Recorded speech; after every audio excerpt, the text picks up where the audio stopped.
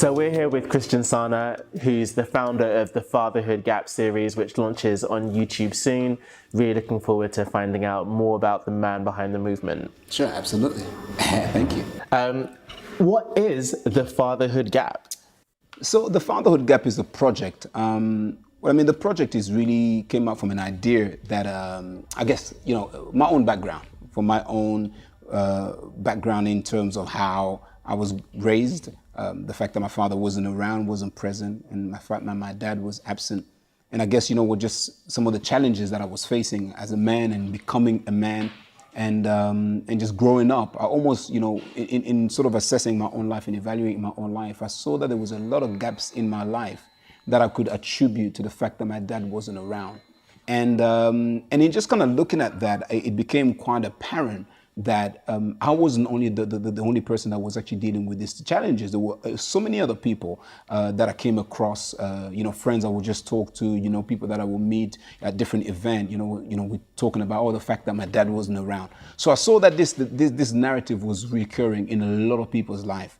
And I think, it's important to kind of speak about this subject, because when you kind of look at a lot of the social ills and the social things that are happening on planet Earth today, you can attribute a lot of them, not all of them, a lot of them to the fact that, some dads were not around or absent fatherhoods and things like that has a major effect in terms of how children, grow up. And how many people does this affect, just to kind of get a sense of the scale in terms of fatherlessness? Well, it affects a lot of, in the UK, of course, not much research has been done in this area, but in America, I'm sure I did some research. I think maybe I would say about 20% of homes in America are fatherless. That's significant. They're from Caucasian families. 30-something Hispanic of people, of fatherless, children and things like that. And I would say 57, a whooping 57% of homes that are absent, are from Black ethnic groups. That's really shocking. So that's major. But in the UK, I think it's about in terms of lone parents. It is a quite high percentage of people that just didn't grow up with their dad and things like that. So I'm not exactly sure in terms of the percentage in the UK, because I think more research still needs to go into this area. But I believe the percentage is high, because maybe even just in my own observation, looking at different people and talking to different people, it seems like it's a major issue in the UK. So what's your story? How does it fit into this? Because you were born in Congo, came to Belgium, then London. So yeah, just talk us through that. Like, what was your background? My background. So I, as you said, I've grown up. I was born in the Congo. So my dad wasn't around. Now, my dad believed back then in a multiplicity of women, unfortunately, which meant that dad wasn't around. My dad had other children. I think I have 2 other brothers and 2 other sisters, on my dad's side. And so, but I grew up, sort of born in the Congo. My relationship with my dad was, when you're young, you don't really make sense of what's happening. You just kind of think it's the norm. So I guess, I saw my dad, I would say, a few times a year, but nothing major for me to kind of say like I really knew my dad in that sense. So, my relationship with my dad was okay, I guess. I would see him from time to time, and sometimes I think I would go to his house. But of course, because I didn't grow up with him, I didn't really know him. I guess I knew he was my dad, but I really wouldn't say like, I had that father-son relationship, or say, we had like a deep bond. That bond wasn't there from the onset. And so, of course, that gap and maybe that how can I put this? I would say, yeah, that gap was kind of like the more, time went along, I really kind of just felt disconnected with my dad. I didn't know how to relate to him, because I didn't know, this guy is my dad, but it doesn't seem like he cares. And I think for me, it came across to me being young that he almost favored my other siblings, than he favored me. Just, I'm not sure for what reason. But so I guess that gap in between me and my dad, was there from when I was really, really young. And then I moved to Belgium when I was young. And so I guess that the separation that already existed, or the gap that already existed, even widened. Sure. Because of the distance. So of course, from Belgium, I came to the UK. And so really I lost contact with my dad. My thought was, hey, he never really paid attention to me. I guess I'm not sure whether he loved me. I guess he did. But I guess when you're a child, you make sense of things based on your age and based on the information that you have available. And so I would say, I kind of thought, hey, my dad was there, but I'm not sure whether they really cared for me. And so moved over in the UK here, then of course that gap existed, for, I don't know, 20 odd years, yeah. And are there particular moments, I guess, when you look back over that childhood, teenage years, when it felt more acute, the kind of absence of your dad being around, or is it more just like a general memory of that kind of time? No, absolutely. There were times that I could definitely say that, I felt the need of a male figure in my life. A specific instance I would say definitely was maybe around year nine when I began choosing my options, knowing what to do for GCSEs and things like that. Even though my mom, I grew up in a very loving home. My mom, affirmed me and gave me all the love that I needed. But there's something about a father's love that you can't trade. I believe children need two types of love. You need a mother's love and a dad's love. And I think both are different. And I think, those love or those care or that nurture balances the child. And so I think for me, when it came to, year 9, I was choosing my options. I kind of felt lost a little bit because I didn't know what to do. My mom was very encouraging, hey, I wanted to become an actor. At one time, I wanted to be an actor. I want to become an actor and things like that. And then there was another season where I want to be a lawyer. And then there was another season where I wanted to be a pilot, And so, I was going through all these, trying to find myself almost. And I feel like at that moment, I really sensed that there was a gap in terms of my mom is a woman, of course. And she's a woman. And I love my mom. But there's something when you look at a man and almost can emulate another man and see, oh, this guy's a man, and therefore I can emulate, some of the decisions he's making. So I guess for me, at year 9, I began to really struggle and battle with the fact that, I really feel like I have a lot of gaps and a lot of gaps in my lives that I don't have the answers to. Who am I? In terms of, my dad, I know him, but I don't really know him. I had been, of course, now separated from my dad for quite some time. But this time, by the time I reached year 9, and I think just that challenge of not having someone that I can look up to and someone that I can emulate and really kind of go for guidance, I think affected me a lot. I think I would say around year 9, around the 13 mark, 14, I would say that's, a time where I kind of really began to, I sensed, there was a gap in my life. And what were the consequences of that gap when you were 13, 14? Did that affect how you were at school or your friendships? What happened as a result? I would definitely say it affected my school. I was very talkative in class. And that got me into a lot of trouble. I was very talkative in class. And I guess I felt like I needed to have my voice heard. Maybe I was trying to express a hurt or a wound inside of my heart that I couldn't actually make sense of, the fact that my dad wasn't around. And so I was very talkative in class. And so I guess some of the effects of not having my dad around, I would say for me, it affected my school. I would definitely say that. Because of course, your mom is there, but then your mom has to work as well. So you will come back home to an empty home because mom has to go to work. And so you had these moments where in between, when you're back from school, your mom is at work, or you're at school and your mom is at home. There's that challenge where, there's no one at home. So I think, that kind of challenge, I began to feel it more and more. I would say also, I think, in terms of just, I think, a confidence that comes from,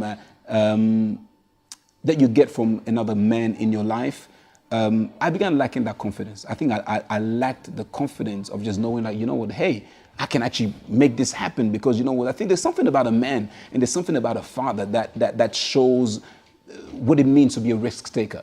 It shows you what a model of how to go and actually become and achieve and to deal with obstacles. I mean, my mom, you know, as I said, you know, a loving woman, and she taught me a lot of things.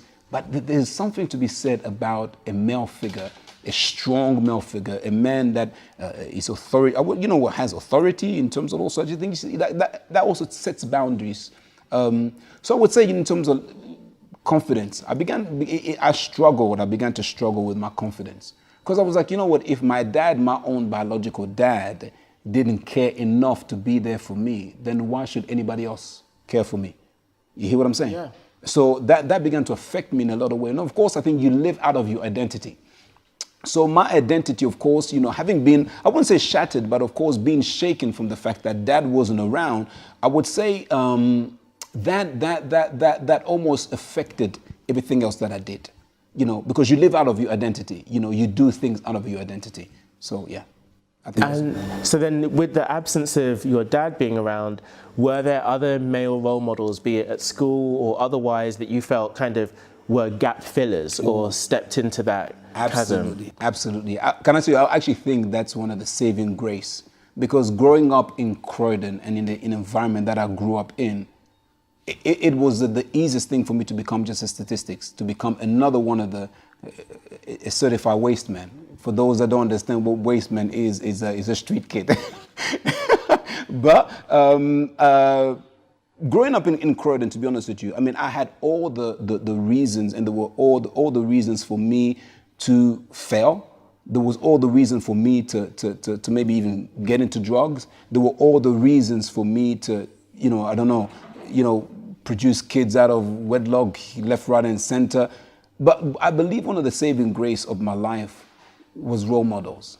Men that I respected, men, as a matter of fact, people at church. Some of the guys that I watched on TV from afar. And I think it's actually important to say that, you know what, we become like our role models. You know, the role models we choose are a predictor of our lives.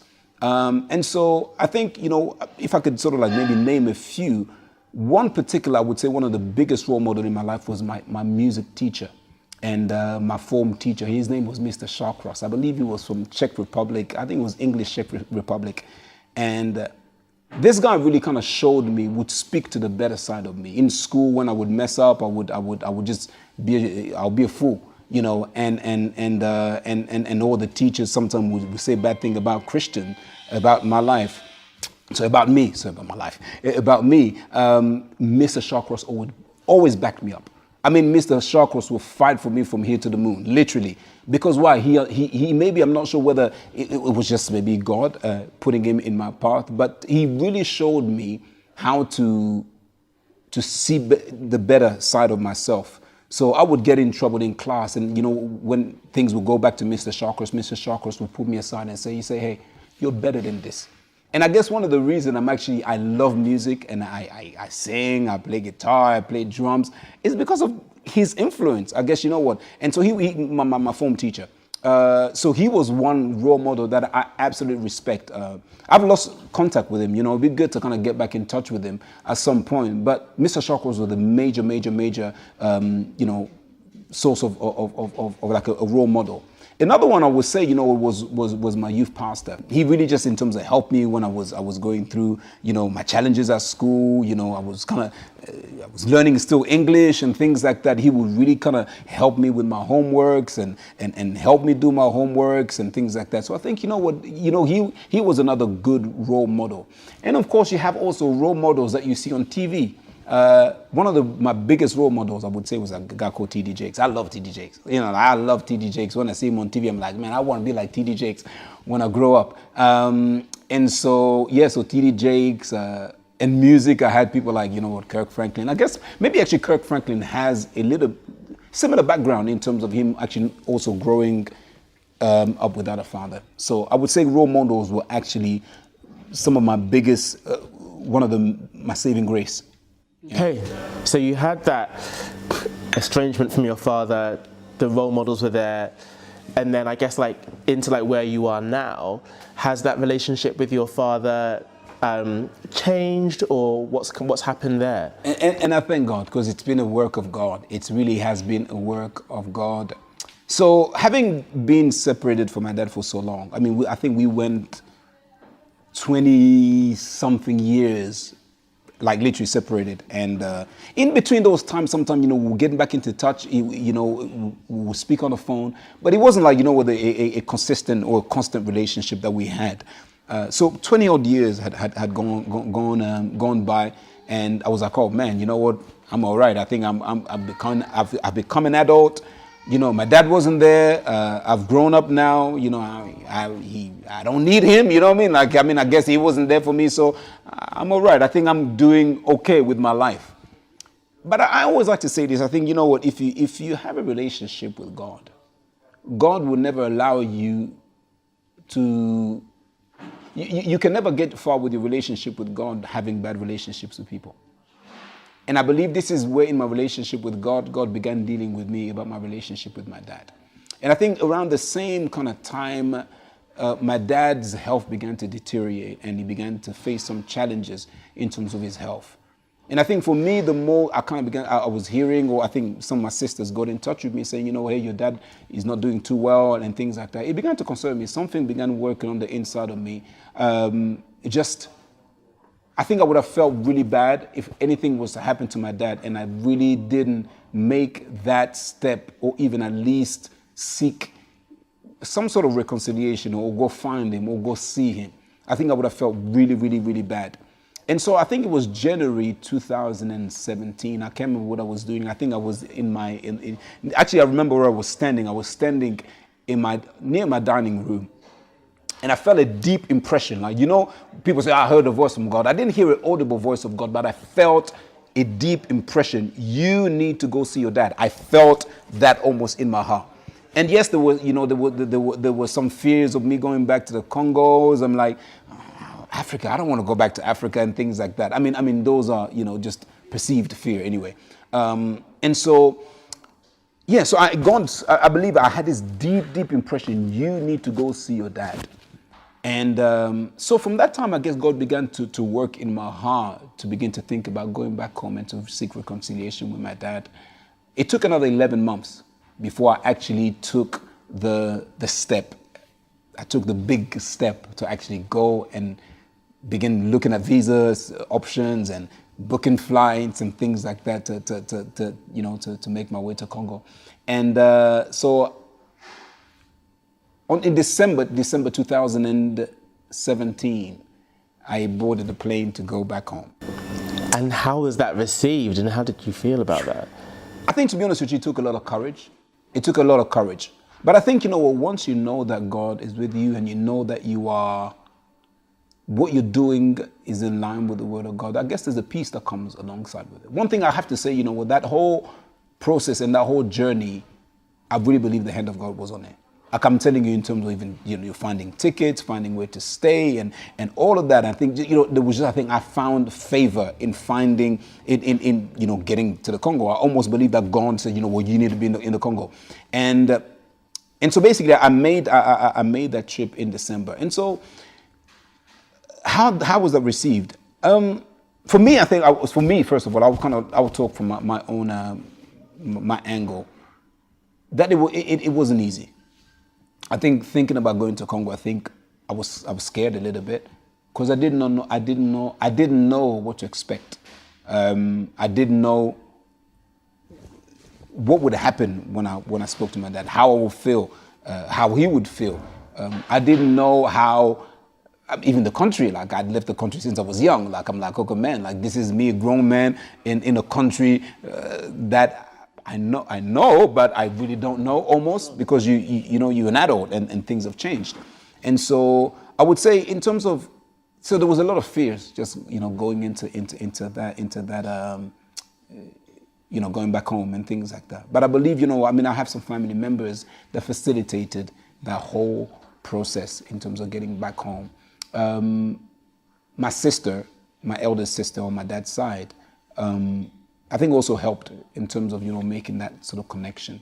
So I arrived, in Congo in December 2018. Yeah.